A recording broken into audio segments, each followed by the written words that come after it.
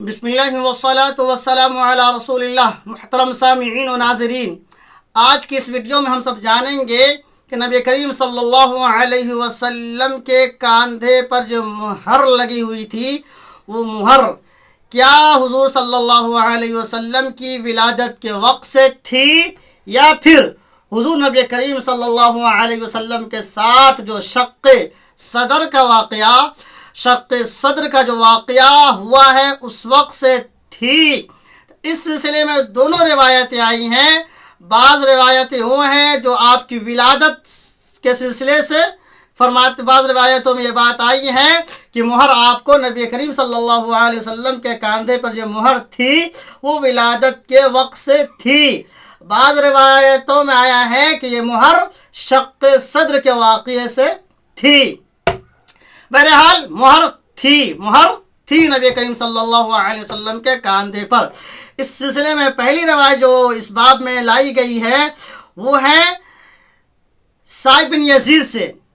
صائب بن یزید کہتے ہیں کہ ذہبت بی خالتی الی النبی صلی اللہ علیہ وسلم، میری خالہ مجھے نبی کریم صلی اللہ علیہ وسلم کے پاس لے کر گئی اور فرمایا، فقالت یا رسول اللہ ان ابن اختی وجع، کہ میں فرمایا کہ اللہ کے نبی صلی اللہ علیہ وسلم یہ میری بہن کا بیٹا بیمار ہے۔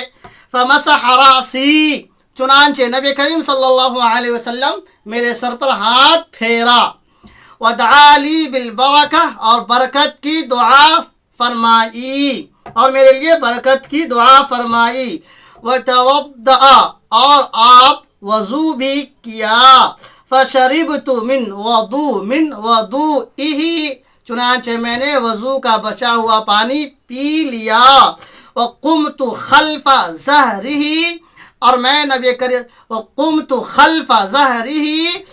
نبی کریم صلی اللہ علیہ وسلم کی پیٹھ کے پیچھے جا کھڑا ہو لیا، فنظرت الی الخاتم بین کتفیہ، چنانچہ میں نے نبی کریم صلی اللہ علیہ وسلم کے دونوں کاندھوں کے درمیان مہر دیکھی، فَإِذَا هُوَ مِثْلُ زِرِّ الْحَجَلَةِ، زر کہتے ہیں گٹھلی کو، یا زر کہتے ہیں بٹن کو یا گھنڈی کو، اور الحجلہ کہتے ہیں کہ کبوتر کے مانند ایک پرندہ ہوتا ہے جس کے پیر اور چونچ سرخ ہوتے ہیں، ایک معنی۔ اس کے دوسرے معنی ہوتے ہیں کہ دلہن کے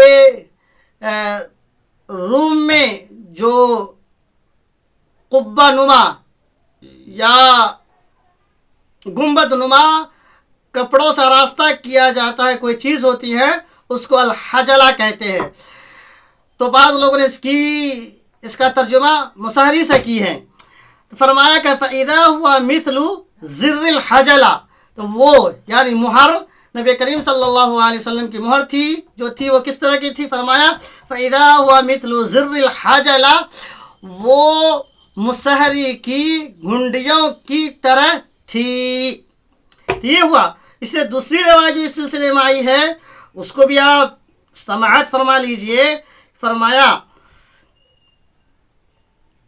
کہ یہ روایت جابر بن سمرہ رضی اللہ تعالیٰ عنہ سے روایت ہے۔ وہ فرماتے ہیں کہ رأیت الخاتم بین کتفی رسول اللہ صلی اللہ علیہ وسلم غدۃ حمراء، میں نے نبی کریم صلی اللہ علیہ وسلم کے دونوں کاندھوں کے درمیان مہر کو، سرخ ابھرے ہوئے گوشت کو دیکھا، مثل بیضۃ الحمامہ، کبوتری کے انڈے کے مانند،